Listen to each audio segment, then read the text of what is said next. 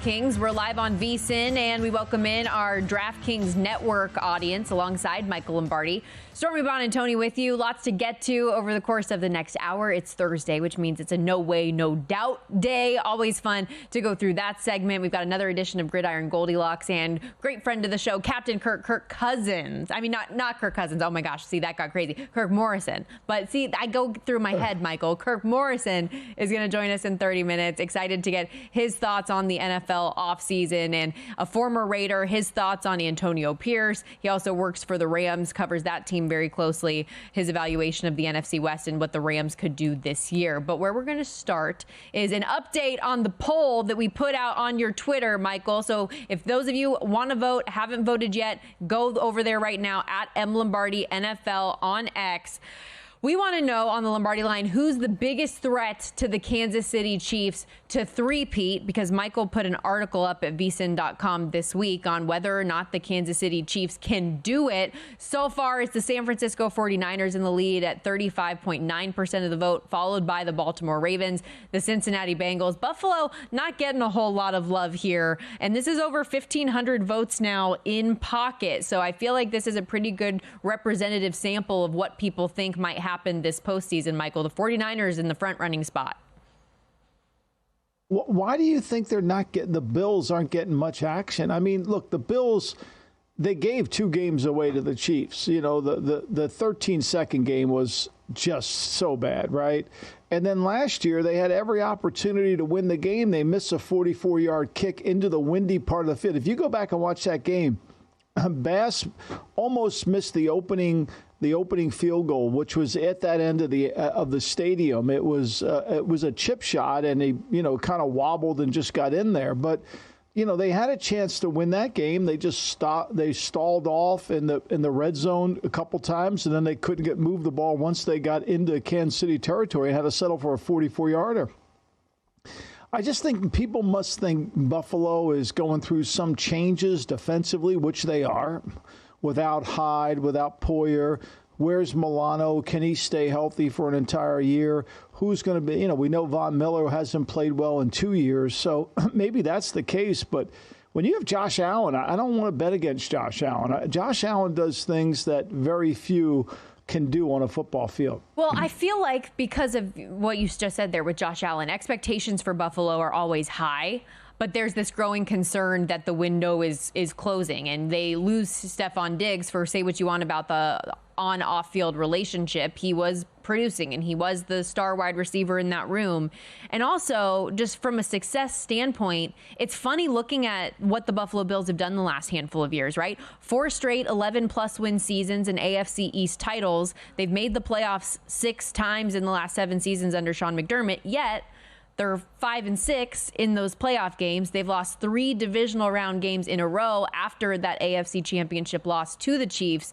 So it's like they're so close, they're just not getting there. And now it feels like some of the talent and production that they have could drop off this year. So it seems like there's more fear around Buffalo, which if I'm Sean McDermott, that would worry me a little bit for my job. Like I've had all of this success, but it's May 30th and people are saying that we can't do it.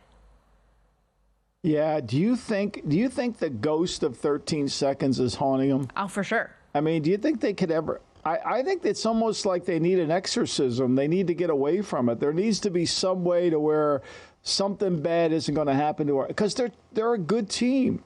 They're a good team, and they've got one of the best players who should be an MVP candidate, and they do some unique thing. I mean, they ran the ball for 182 yards against Kansas City, something that the Baltimore Ravens, they didn't try to do, but they couldn't do.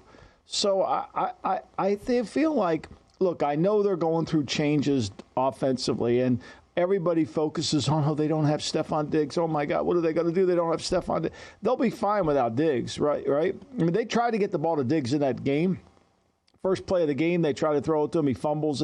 They get a penalty because it went out of bounds. The second play, he drops the ball over the middle. He drops a deep pass that could have won. I mean, they tried to get him the ball.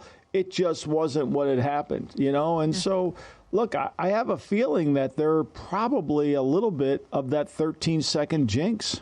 Yeah, well, and there's also last year, too, they have the opportunity at Orchard Park that they let slip away. And you're like, if you can't get them now, when can you? Bills offensive coordinator Joe Brady, in his first full year in that role, was asked about the concerns he has with the now unproven wide receiver room and questions about the offense. Here's what he had to say. Look, at the end of the day, this is Josh Allen's offense, right?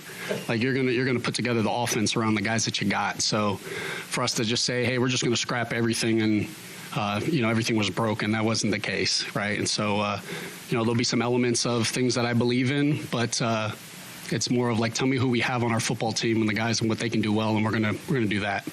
But I think that goes back to what you just said, Michael. Like, as long as you have Josh Allen, you've got a chance. You got a chance. And look, we know this about Josh Allen. He will lose the strike zone at times. He will turn the ball over. That's something he does do. But he's hard as hell to tackle.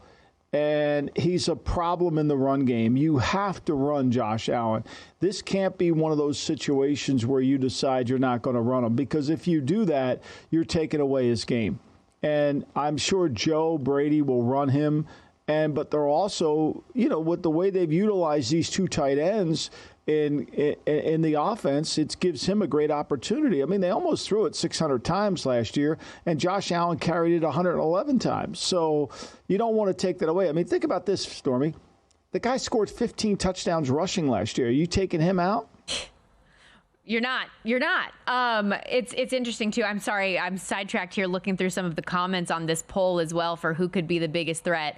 In addition to people just saying the Chiefs would be the biggest threat to themselves, because we know some of the off-season issues that they have had paired in with, if Patrick Mahomes gets hurt. So the if factor with him, that's what would hurt their chances. But we're getting a lot of love here for the Eagles, for the Lions, and for the Packers. We're seeing a lot of Jordan Love gifts in the comments here. Is that surprising to you that they're getting as much hype as they are in the NFC?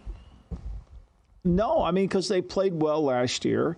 At the end of the season, they had San Francisco on the ropes. Now, San Francisco's defense played better in the second half, kind of shut that down. Detroit, look, go back and watch that tape. Detroit have every opportunity to win that game. I think the fourth down call, I know people in the analytical community don't buy into momentum, but there was a momentum shift when they didn't get that fourth down, and it kind of brought life back to San Francisco. I think Detroit, I said this on the pod today, I don't think Detroit's going to suffer through any of the disease of me. I still have a sense that they're hungry, and with Campbell as the coach, I think they'll be pushing the envelope. Now, I do think people will come after them. People have prepared for them. It's going to be a harder year for them than ever before, but they're better defensively, especially in the secondary, where it really is going to matter. So, yeah, I could see Detroit. I could see Green Bay as being opposite. And look, we just talked about Philadelphia. Phillies went into the draft without any problems. They needed a corner. They solved that with two corners in the draft. But the question remains, we had Baldy on the podcast last week, Brian Baldinger. It really going to come back to how Hurts plays. Are we getting the Hurts from last year, or are we getting them from 2 years ago? And that's the thing. Like this Eagles team as a whole is just trying to reestablish that dominant offensive power that they had in 2022, because it was so fun to watch. It was so exciting. And that's why they brought the Kansas City Chiefs to the brink in that Super Bowl. We'll have to see how that plays out. But interesting. Keep the votes coming. We'll revisit this again one more time before the end of the hour. But where I want to go here is where we go every day in hour two. What's on Michael's mind? What's top of mind for you today? Well, I saw that the Washington Commanders, I don't know if it was a VP, I forget who said it, but they said they're still exploring the change of the nickname.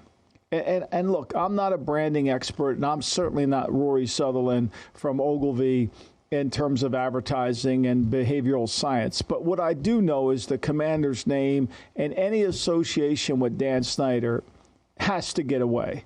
Like, you call yourself the new owner and you don't take away the name he gave your team, you're really making a mistake. You can't build a new sense of a brand. Your brand, and I'm not saying they should make them the Washington Harrises is after him, but they should try to link back to their heritage. They should try to find a way to disassociate themselves with anything that Dan Snyder has done for the franchise, because he's destroyed them. He's made a lot of money. but he destroyed them. And the distaste that still resonates in the Washington fans, football fans, is still prevalent because they don't trust it. And the longer you reinforce Commanders and you ponder it, I think there tends to be a buildup of that. And look, having been a Sixer fan and knowing Josh Harris, I think he doesn't think about some of this stuff. I think it's all spreadsheets for him. And I think he needs to give this consideration. I don't understand why it's that complicated. Don't change the colors. Get something to bring the fans back to you. And it was Marjorie Harris, part of the ownership group there with Josh Harris, his wife. She was asked about the name just in general. She said, I had a whole day out in the community and I kept referring to the team as the Commanders. It sounds pretty good for me. For now, it's the Commanders. And so again, there is that for now caveat. So we'll see, to your point, if things ultimately do change. It's an interesting situation. It was a legacy that was very, very tarnished and made a lot of people unhappy. And there were a lot of issues within it. And they're trying to rebrand and reframe everything. But again, it's like, do you want to have a third name in 5 years? So I also understand it from that standpoint. But you need an exorcism. You need to get rid of the spirit of Dan Snyder. You need to get it out of their way. And the only way you can do that is to have one of those where, okay, we're done with him. I see where you're coming from, for sure. We're going to hit the break here. When we come back, no way or no doubt.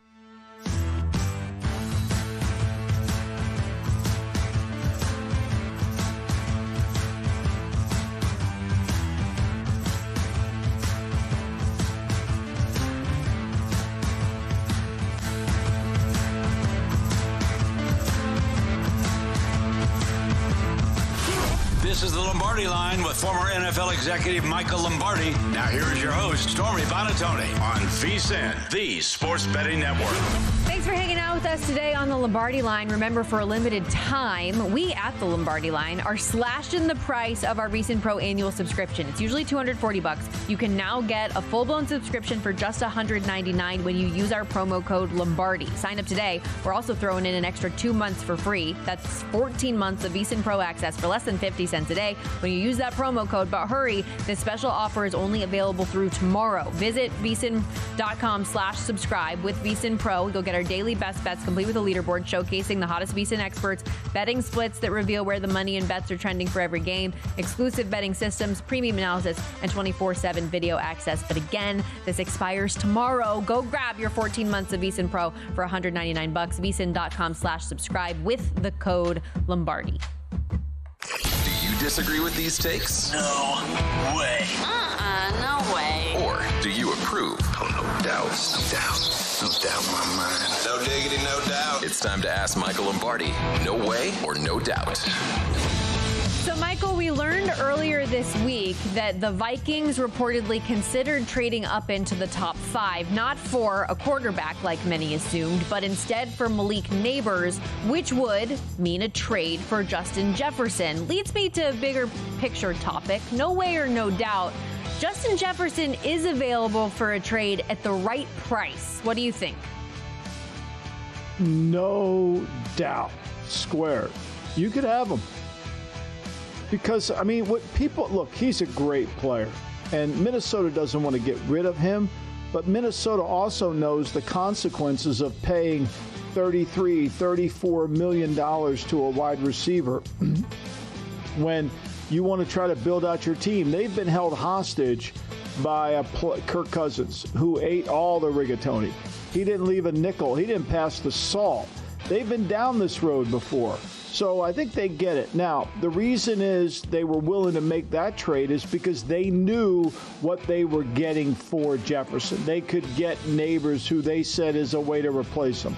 Trading him now, you're unsure. Trading him now, you're not. You're buying a pick, but you don't know what. You can't trade him to Buffalo, knowing that Buffalo would be picking maybe in the 30s.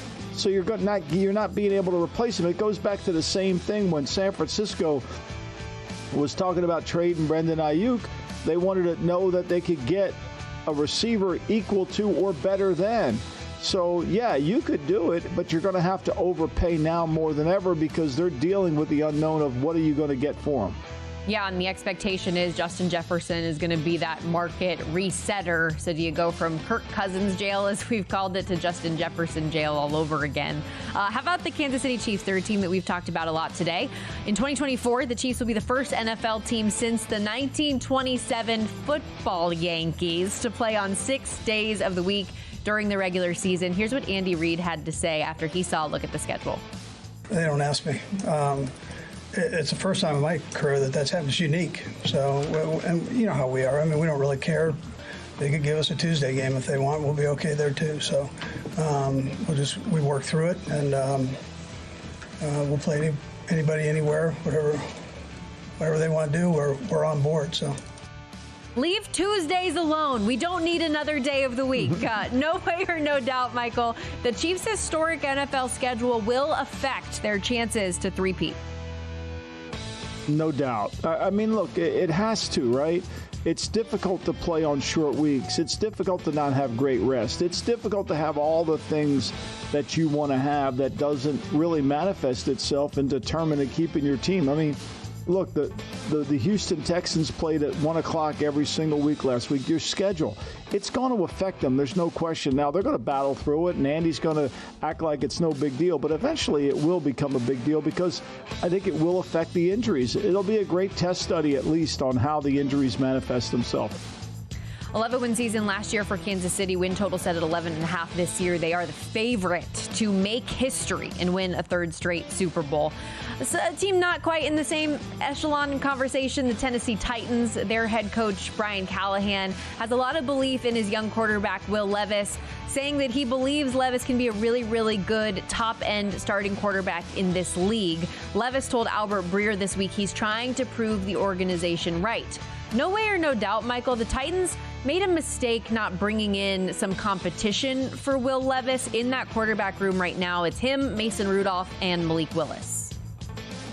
No doubt. I mean, I would have, but I mean, they're probably going to say that Mason Rudolph is the competition because if you look at Rudolph at the end of the year last year, he actually played better than Will Levis played. Now, he's not as talented as Levis in terms of his arm strength and all that, but I do agree. Look, the reason Brian Callahan got the job is because he's got to make Will Levis a good player. It's the same thing why Brian Daboll got the job at the New York Giants, is you got to make Daniel Jones a good player. And then a year after being there and going to the playoffs, and then the next year, all of a sudden, after giving them $40 million, we're looking for a replacement. I think sometimes when a player shows you who he is, believe him, as the great Bill Parcells once said. But in this case, we're not sure what Levis has showed us who he was. We were in Daniel Jones's. In this one, I'm not 100% sure. I have a really good idea, but it's going to take more time. The win total for the Tennessee Titans this year sitting 6.5, and the juice is on the under, -135. How about the Las Vegas Raiders? Marvin Lewis told reporters in his Wednesday press conference that the opportunity to join Antonio Pierce is what drew him to Vegas. And we know he is a former NFL head coach. He's got 2 former NFL head coaches on the staff. Having former head coaches in the building will help Antonio Pierce and his development in this role, Michael. No way or no doubt. I think there's no doubt it can certainly help him. I mean, he's got people there. Plus, you're not counting Tom Coughlin, who they paid a hefty salary to be a consultant. I mean, the Raiders have a lot of money in this coaching staff. But at the end of the day, Antonio Pierce has to be the guy doing the calls. If everybody thinks it's coming from Joe Philbin, who's been a head coach, or it's coming from Tom Coughlin, who's been a head coach, or coming from Marvin, who's been a head coach, then he's going to lose credibility. So he's got to balance that very closely. And at the end of the day, is his team good enough? You know, that's the question. Is he good enough at quarterback? Is he good enough in the offensive line? Can they compete with the Kansas City Chiefs? You know, we didn't put them in the poll to challenge the Chiefs for a reason. Although they have the recipe, right? I am interested when it comes to Antonio Pierce, how much the substance is there, you know? And, like, we don't know that answer yet because you can only rely on mentality and rah-rah so much. So I'm excited to see. I hope that it's a good thing. I hope it's a step forward and a positive. Like Herm Edwards said when he joined us on the show earlier this week, but only time will tell. Let's go back to the Philadelphia Eagles. We talked a lot about Nick Sirianni and buy or beware. No way or no doubt, this Eagles offense is poised to return to the explosiveness we saw in 2022. I think that's a no doubt. If they run, I mean, look, Barkley's the best back they've had in Philadelphia for a long time. Miles Sanders was good. He gained over 1,200 yards for them, and Barkley's better. Now, Barkley, you've got to worry about in terms of protection. Can he improve in that area? He's gotten better from his rookie year to now, so that's a concern. And durability for Saquon is a concern. Can he stay healthy? You said it yesterday. He's never been on a team that has won or has been this good in his career. So, I mean, this is going to be newfound territory, and I think ultimately they're better. They've got a lot of weapons. They're talented on offense. Hurts has got to play at a higher level. And look, they've got the young Sid Gillman, the joystick calling plays. How can't they be good? Yeah, he's had one season with the Giants where the team won more than 6 games, and of course it was 2 years ago when they went to the playoffs. But other than that, it's been big bad. And he told reporters last week, his first 7-on-7 huddle, he was like wide-eyed. He said, you see A.J. Brown, Devonta Smith, Dallas Goedert, and Jalen Hurts. That's not a bad group to be out there with. And that's not even including the offensive line who, in addition to him being the best back that the Eagles have had in a long time, this is the best offensive line he's played before by far. Last one real quickly. No way or no doubt, Tyronn Lue, who just cashed in on the long extension with LA, will win an NBA championship with the Clippers. What do you think? No way. No way. I don't see it. I mean, look, it's remarkable. I mean, Tyronn Lue had a lot of teams going after him. It was unbelievable. And obviously he's a well-thought-of coach, but look, this run that the Clippers have had with Paul George and Paul Leonard, with Kawhi Leonard and Paul George is a challenge. And are they going to be good enough? I know Ballmer will pay whatever it takes. Obviously, he paid for his coach. But to me, the West is really good. The West is really good with Oklahoma and Minnesota, and they have draft picks. And we still haven't talked about San Antonio, who's got one of the great young players of all time sitting out there.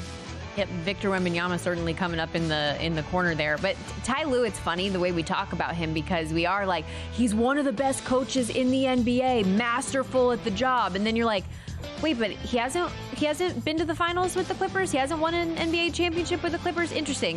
The new deal that he got has him with LA through 2028-29. One of the NBA's highest paid head coaches at approximately $14 million a year. Okay, you hear that music. That means we got to take a timeout.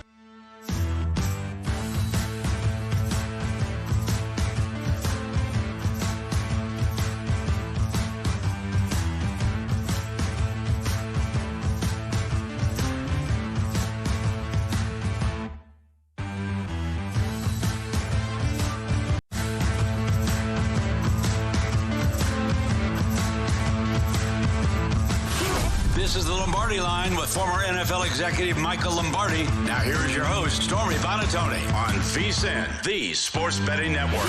In addition to watching and listening to VSiN, don't forget about all the great betting tools and content at VSiN.com. We've got best bets from hosts and guests, betting splits, pro tips, and trends. And right now on the homepage, our own Steve Makinen with NBA top plays, power ratings, and trends to know ahead of 2 potential Game 4 closeouts in the Eastern and Western Conference Finals. Plus, daily best bets in the NHL postseason, Major League Baseball, WNBA, and of course, your fill of NFL offseason content, the league that never sleeps. Don't miss out. Head to VSiN.com today.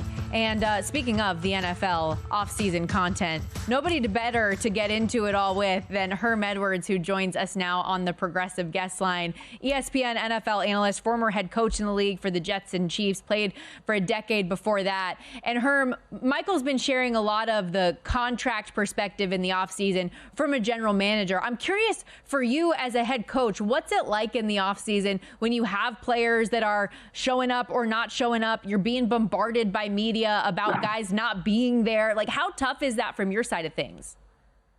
Well, it's not tough in this sense because this has become the norm in the National Football League. That the OTA system that has been implemented now is only, 8 practices. And so some of your star players aren't going to come. Some of them are still negotiating contracts. And I would always address the team this way. I would tell them this, look, if a guy's not here for OTAs and it's, one of the veteran players, I said, don't worry about it. I said, just see how he handles it. Because this is the business side of the NFL now. We don't play any games. We're not even close to playing any games, but this is the business side. And maybe one time in your career, you're going to be in the same situation. that these players are in. See how they handle it. With that being said, when guys were not there, I made sure that I talked to them every day. And I didn't talk to them about the contracts. That's not my job. I just talked to them about being the head coach and really how they were doing. And that's all I concern myself with. So you can make it a distraction if you like, but it's really not, because it's become the norm, to be quite honest. Yeah, no question. And look, you can only control what you can control, and the season's so far away. But let's talk about that season for a second. Herm, what team have you thought of as you look back after the draft and the offseason program, and the offseason free agency and the draft? What team kind of has caught your eye that no one's really talking about that you think are going to be better than they really are? Well, I think, the team that really had, they came right out the gate. And I don't say this, often, but I think Chicago is a team that's very interesting all of a sudden. In the fact that everyone knew they wanted a quarterback. They ended up getting him, obviously, unless you take somebody else, obviously. But you look at this football team and you kind of scratch your head and you go, okay, they were 2-4 in the division. I get that. They were a 7-10 football team. They finished 5-3. And now you've got a quarterback. They're excited about it. They've added some offensive players in free agency as well as in the draft. The defense played pretty well last year. They were 12th. Now, they were 25th against the pass. Now, they got to get better against that, obviously. But they're in a division that's very competitive, and I like the way they finished. Right? They finished. And the talk of the division, obviously, is the Detroit Lions. I get it. The Green Bay Packers, I get it. But the Chicago Bears are a team that's just kind of sitting there. And no one's kind of pinning. They got the quarterback, okay. But I'm like, hey, guys, with this quarterback, if he can do what we anticipate him to be able to do, the ability to play off schedule, and now they have some legitimate weapons on offense, they're interesting. Yeah, and the odds at the top of the NFC North are very compact. The Lions, to your point, are the favorite at plus 150, but the Packers and Bears are sitting right there quietly trying to work their way up. The Bears, coach, are one of two teams in the NFL this year that have 6 of their final 8 games in division. The Steelers, the other one, and we know what a gauntlet that's going to be the back end of the year for them. What do you think of having to play so many division games in the latter portion of the year? Do you like that or dislike that with the schedule? I actually like it because now you can control the outcome of the division because you actually play the games against division opponents, and players know how important that is. And I think when you have a quarterback, a rookie quarterback, it's even better because now he has experience playing in the National Football League. And early in the season, and Mike knows this, the first 4 games in the regular season anymore, because the guys they wear baseball hats. All the veterans wear baseball hats. Like, the first 4 games, it's almost like the preseason, but they count because you're not in shape to play football. Football's bad. The first month of regular season football now is bad. It's bad football. And there's equal footing. If you have a veteran quarterback, you probably have the advantage. If you got a young quarterback, you know what? You go, okay, I got a young quarterback. He's playing now. He's going to play early. Not going to hurt me a whole lot because the division games are in the end. So that helps you. But the first 4 games of the season now, to me, they're like preseason games. You're not in shape as an athlete. These guys know it. You have to practice football. You actually have to practice a game of football. You just can't walk and have walkthroughs and say, oh, I'm ready to play. No, you're not. You're not ready to play. No, and I say this as a former player. And so it's kind of up for grabs. The season starts after week 4 for me. That's when it gets interesting. Yeah, it does. Okay, you've been in that seat in New York at the Jets. There's a lot of pressure on you. With Aaron Rodgers coming back, and we know, he went and stuck up for his offensive coordinator, although we know the organization may not feel the same way. How do you think this is going to unfold in New York? We call them the ifers here because if they stay healthy and if everybody plays good, they can be good. But can they? Well, they got the quarterback. You're talking about a defense that ranked, 5th in the national, ranked 3 in the National Football League. They were pretty good defensively. Now, they couldn't score any points on offense, only 16 a game. They were 2-4 in the division, 7-10 record. Offense was almost dead last, 31st. You're not going to have a 31st ranked offense with Aaron Rodgers, and you're not going to be 30th in passing football with Aaron Rodgers. Now, their run defense is not very good. The Jets. Now, they got to improve that, but they're a team, and I think coming right out of the gate, it's interesting who they schedule them with. San Francisco 49ers, a team that Aaron Rodgers, his whole career, has disdain for the 49ers because they didn't draft the guy because he went to Cal. He wanted to play for the 49ers. They didn't do it. And you have the former defensive coordinator, Saleh, coming back to play a perennial playoff team, to play maybe one of the better teams in the NFC. So for me, I think the Jets, when you look at them, they were, 7-10, 2-4 in the division. And Aaron Rodgers played, 4 plays. They have to be able to say, we can compete to win this division. They're in the hunt with Buffalo and Miami. I think New England it's going to take a step back. They still got to regroup. There's a lot of things going on there. But I think they got a chance to win the division, the Jets. Yeah, if they can navigate the health and the noise and all those things, it certainly seems like things could be set up for them. I also wanted to ask you about the Raiders. Michael wrote a column last week about how challenging it is for a coach to go from that interim position and switch to being the head man and the different responsibilities that there are there. You know Antonio Pierce extremely well. He was your defensive coordinator at Arizona State. How do you think he'll navigate this transition? Oh, AP will be fine. He is equipped for the job, and he couldn't be in a better place with the Raiders. You know, he grew up a Raider guy. He's in Los Angeles. He grew up in L.A. Now, the hidden gem for him is Marvin Lewis.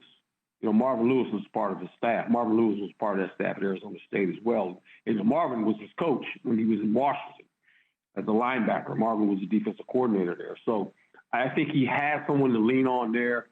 But he's fit for the job. I mean, the Raiders played with a lot of energy when AP was the interim coach. The players really kind of liked him, you know, and quietly kept in their division as good as Kansas City is. They were 11-6, and they weren't. You know, when it became the last month of football, Kansas City became Kansas City. Now they were 4-2 in the division. Well, the Raiders were 4-2 as well. So this team, and because it's the Raiders too. This is AP's bringing back that old mindset of the Raiders, that they're the bullies of the league, right? And Mike knows this. I mean, when I was in the league, boy, you love playing the Raiders. The guys with the one patch, you know, they were the bullies of the block. They were the bad guys, you know, and he's using that. And these players are buying into it. So it's going to be fun to watch these guys play this year. Herm Edwards, you are awesome for giving us some of your time today. We really appreciate you. Pleasure's all mine. Thanks, Herm. Happy Memorial Day. Enjoy. Thank you so much. Anytime, brother. Herm Edwards doing a great job over there at ESPN, one of their NFL analysts, of course, former head coach and player. We're going to hit the break here. When we come back, final thoughts on the NBA Conference Finals, and we revisit our NFL contract negotiation talk from Hour 1. Are the Cowboys playing with fire when it comes to Micah Parsons? We will be right back.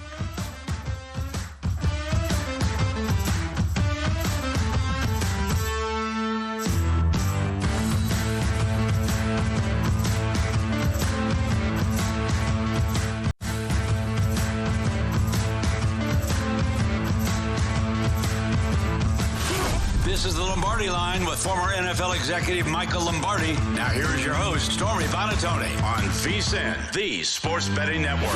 We're getting close to crowning an NBA champ, and with the action heating up on the court, it's even hotter at DraftKings Sportsbook, an official sports betting partner of the NBA. New to DraftKings, listen up. New customers get a no-sweat bet up to $1,500. Just deposit at least $5, and you'll get a bonus bet back equal to your first bet if it doesn't hit.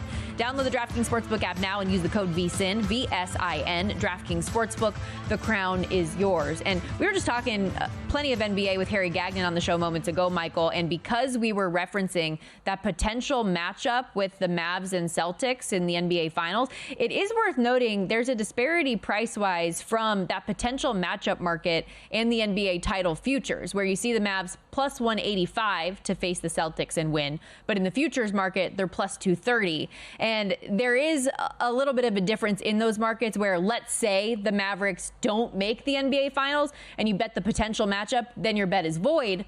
But again, it would be a historic comeback for the Timberwolves to come back in this series. So I feel like, you tell me if you think I'm crazy here, but like I feel like I'm taking the plus 230 10 out of 10 times because 155 times the latter has not taken place. Yeah, I mean, I'm definitely, like, I'm not going to I think you have to be really careful, and this could be a betting tip, is you can't let one game change your viewpoint. Now, it happens to be a better deal. If you like Dallas, look, they play bad. They didn't shoot well. That happens. It's a statistical game, right? And so they didn't shoot well. But why would the odds go from plus 190 against Boston to plus 240? Was there something that they saw in that game that really shifted the odds? I didn't. I think Dallas is still a tough out, right? I think the fact they got to go play, I think this whole notion that Luka can handle pressure, again, 16 years old, he's playing against adults in Real Madrid. I think he knows pressure. Bigger stadiums. I think what I'm saying is, can Towns play at the same level? I think we make too much from week to week. Look, last night, and we said it on the show yesterday, last night was going to be a hard game. It was going to be a hard game because, you know, it's hard to beat a team 4 games in a row in any sport. It's hard to go there. And at some point, that Minnesota was going to shoot better. Sure. And again, just sharing those prices, not to say that if and when the Mavs play the Celtics, they're going to win. But if we're looking for the best number, like, try to be strategic with the way that you're betting some of these things. And if you do like Dallas in that spot, that's the way that I would recommend betting it, at least. Let's go back to the NFL a little bit here, Michael, because we in the offseason like playing a little game of gridiron Goldilocks. Mm-hmm. Are these odds too high, too low, or just right? And there are a handful of running backs who are in new places in the NFL this year. And I want to get your gauge on some of their season-long props here. Let's start with Saquon Barkley, who goes from the Giants in an offensive line that has been a disaster since even before he arrived in New York, and now he's with the Philadelphia Eagles, who have one of the more elite units in the league. They also have a culture of winning in recent history, something that Saquon Barkley has not experienced in a while. The rushing yards prop, 11.25.5. His touchdowns over under 7.5. Do those numbers feel too high, too low, or just right for Saquon in this new system? I think they feel just right. I mean, let's face it. He's going to get every opportunity. I think this is more of a philosophical decision you have to make when you go back. And when you look at the Eagles and when they lose to Kansas City, right, 2 years ago in the Super Bowl, they were the best rushing team. They were number 1 in touchdowns rushing, 3rd in yards rushing. A lot of that came from Jalen Hurts. But Miles Sanders had 1,269 yards. Now, they have to go back to that offense. And if they go back to that offense and Miles Sanders gets 1,269 yards and Jalen Hurts gets 760 yards, you don't think Saquon's going to get 1,125? He's a better back than Sanders. Sanders had 259 carries in that game. Sanders had 11 touchdowns. Now, Hurts had 13. So I think both those numbers are just probably right at the price that you have them on. I would go over on the rush yards and I'd go over on the rush touchdowns. I think it's perfect because you got to compare an apple to an apple, Barkley to Sanders, because they got to go back to that offense. That we do know. And Saquon said that he feels like a rookie again in some senses. And his numbers his rookie season, 1,300 yards, 11 touchdowns on the ground. I was just looking through the Giants schedule. And you think because of what they did 2 years ago that, maybe it hasn't been that bad. Saquon Barkley's only experienced 1 season of more than 6 wins. He's had a horrible offensive line the entire time he's been there. This is going to be a completely new system, rejuvenation, quality of life, I would imagine, in Philadelphia. So I'm with you there. Let's go to Derrick Henry. Similarly, goes from one of the worst run-blocking offensive lines in the entire league to one of the best, also a quarterback questionable situation, to a 2-time MVP in Lamar Jackson.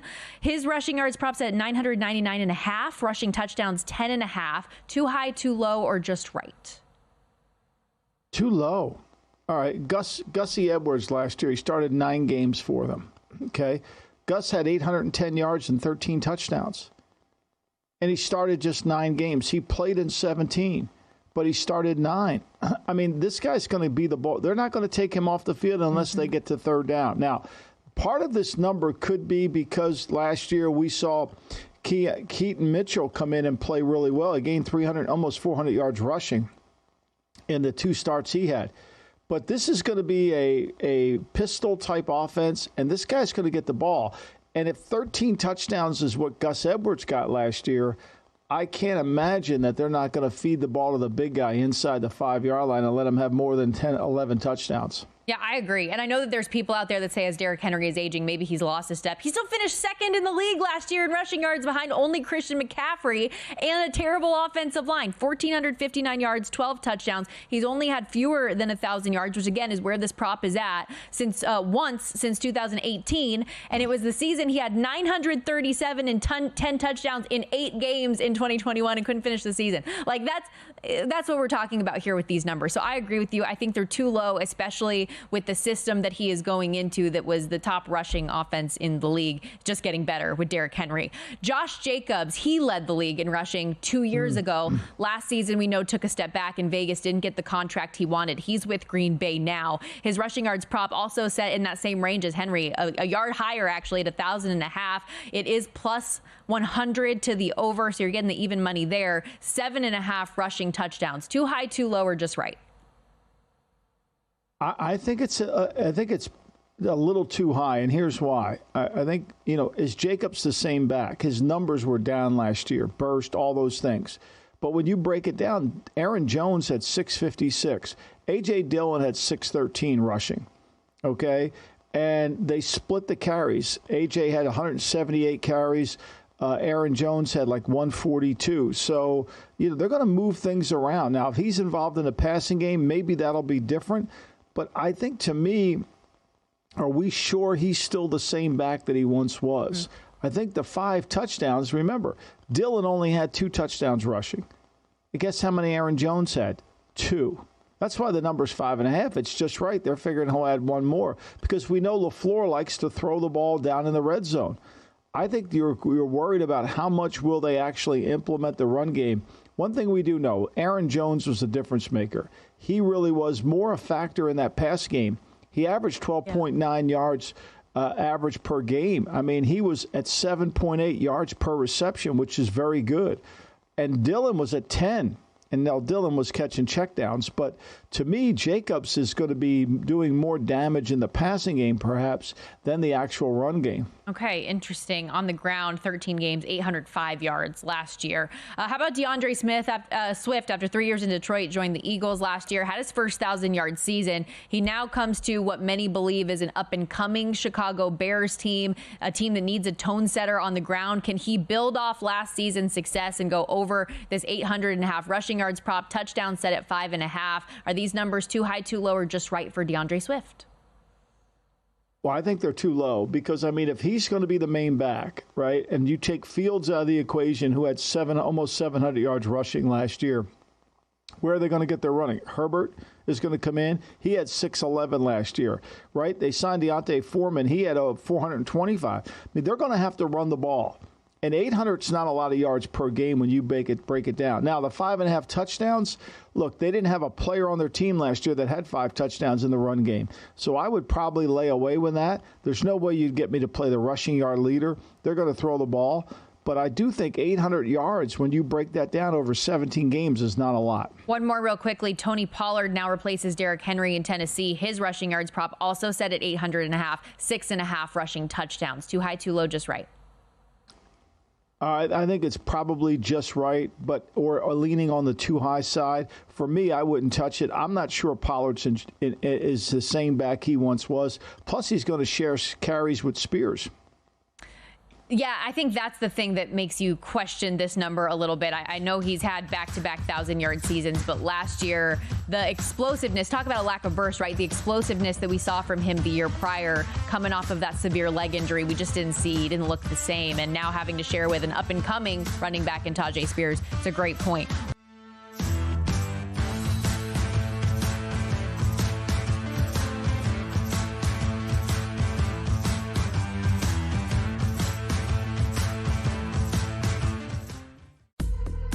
This playoff season, get the edge with VSiN's expert coverage of the